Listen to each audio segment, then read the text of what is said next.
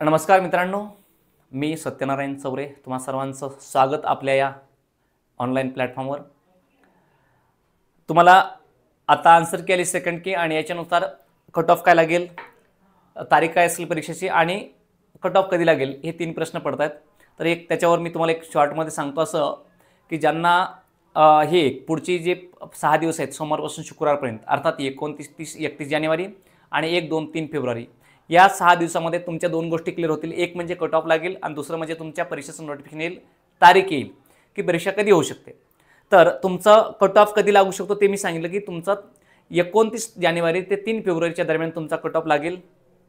दुसरी गोष्ट त्याचं नोटिफिकेशन तारीख परीक्षेची तीच येईल, पण परीक्षा कधी होऊ शकते मग तर लक्षात ठेवायचे मार्चच्या 9 किंवा 10 तारखेला तुमची परीक्षा होऊ शकते, पण तिथं होण्याची शक्यता कमी आहे। कारण तुम्हाला एक सर्वसाधारण नियम असा की तुमचं नोटिफिकेशन कट ऑफ मुख्यचा निकाल लागल्यापासून पुढे 45 दिवस तुम्हाला किमान भेटले पाहिजेत असा एक नियम आहे, पद्धत आहे ती एक। तर त्या हिशोबानं म्हटलं तुमचं 29ला जर कट ऑफ लागला 29 म्हणजे सोमवार किंवा मंगळवारी, तर तुम्हाला तुमची 9-10 तारखेला ही परीक्षा होऊ शकते। किंवा तुमची जास्तीत जास्त परीक्षा जर कट ऑफ तुमचा शुक्रवारपर्यंत लागून गेला तर तुमची 17, 16 किंवा 17 लक्षात ठेवायचे एक 17 तारखेला जवळपास तुमची परीक्षा होईल, ठीक आहे। 17 मार्चला 16-17 मार्च किंवा तुमची परीक्षा होऊ शकते 24 किंवा 25 मार्चच्या दरम्यान, 23-24 मार्च, ठीक आहे। 23 किंवा 24 मार्च शनिवार रविवार या 3 तारखांमध्ये तुमची परीक्षा होईल, लक्षात ठेवायचे। त्यासाठी तुमचं 5 फेब्रुवारीच्या आधी तुमचं, जसा मी तुम्हाला 3 अंदाज सांगितले 10, 8, 17 आणि 24, याच्यामध्ये तुमचं जर 3 तारखेच्या आधी चित्र क्लिअर झालं तर तुमचं म्हणजे अर्थात 29-30 तारखेच्या आधी चित्र क्लिअर झालं तुमचं 10 मार्चला परीक्षा होऊ शकते। जर हाच तुमचा कट ऑफ किंवा हाच तुमचा नोटिफिकेशन जर 3 फेब्रुवारीपर्यंत आलं तर तुमची परीक्षा 17 तारखेपर्यंत होईल। आणि जर हेच 3 तारखेच्या पुढे गेलं पुन्हा 5 तारखेला रविवारी शनिवार रविवार काम नसतं तर 6, 7, 8 तारखेला फेब्रुवारीच्या तुम्हाला ही प्रोसेस झाली तर तुमची परीक्षा होईल 24 मार्चला, 23-24 मार्चला। लक्षात ठेवायचे परीक्षा कधी होऊ शकते सांगितलं, कट ऑफ तुमचा कधी लागू शकतो सांगितलं आणि एक अंदाज कट ऑफ हे 34च्या दरम्यान लागेल, 36लाही जाऊ शकतो आणि खाली 34च्या खाली सुद्धा येऊ शकतो।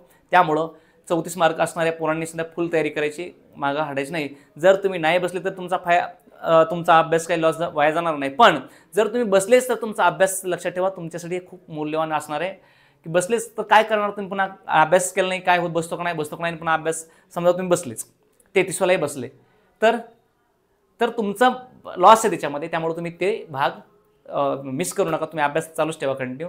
दुसरी गोष्ट अशी की कट ऑफचा रेशिओवर डिपेंड आहे। रेशिओवर जर चांगला घेतला त्यांनी तर मुलं भरपूर घ्यायचे, त्यामुळं जर 12चा जर रेशिओ म्हणलं तर 7,500 मुलं घ्यायचे। त्यामुळं गेल्या वेळेस घेतली होती किती आणि आता घेतली किती, गेल्या वेळेस 3012 मुलं घेतली होती, आता 7,500 घ्यायचे, ठीक आहे। काठिण्य पातळी पेपरची होती आताची, तसंच दुसरी गोष्ट 25,900 मुलं परीक्षा देणारे होते, ठीक आहे।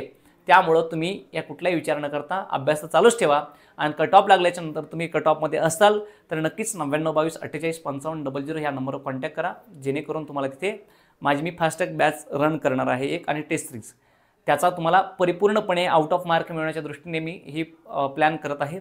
तर तुम्ही तुमची इच्छा तर तुम्ही जॉईन होण्यासाठी तुम्ही संपर्क करा नक्कीच आपल्या कॉन्टॅक्ट नंबरवर आणि चॅनलला सबस्क्राईब करा, म्हणजे नोटिफिकेशन तुम्हाला येत राहतात अशाच व्हिडिओचे, ठीक आहे। भेटूया आपण नेक्स्ट सेशनमध्ये, थँक्यू।